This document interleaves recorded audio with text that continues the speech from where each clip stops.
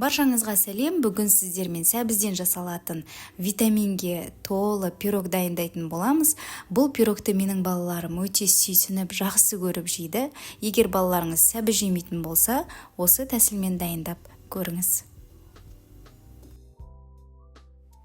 Ең алдымен бізге сәбіздің өзі қажет болады. Мен осылайда тазартып дайындап қойдым. Содан кейін грек жаңғағы, көбірек қосқанды ұнатсаңыз көбірек қоссаңыз болады. ұн, жұмыртқа, қант және қопсытқыш, сода, мускатный орех, корица, имбирь және сұйық май қажет болады. Ең алдымен үлкен ыдысымызды алып, соған жұмыртқамызды және қантымызды қосып, жақсылап миксерлеп аламыз.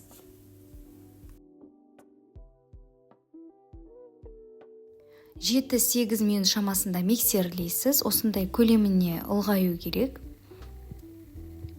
Келесі кезекте ұнымызға біздің құрғақ ингредиенттерімізді қосып, жақсылап араластырып аламыз.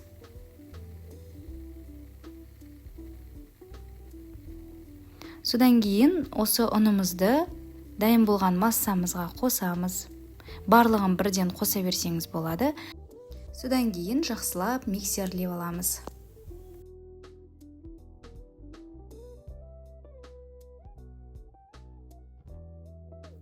Міне жақсылап миксерлеп алдық. Біздің массамыз қою болып шығады. Келесі кезекте сәбізімізді ең кішкентай бөлігінен өткізсеңіз болады, немесе қалауыңызша үлкен бөлігінен өткізсеңіз де болады. Содан кейін барлығын дайын болған массамызға қосамыз.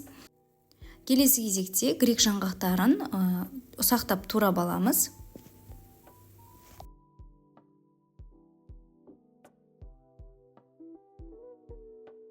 Содан кейін дайын болған массамызға қосамыз, оның үстіне сұйық майымызды қосып, жақсылап араластырамыз.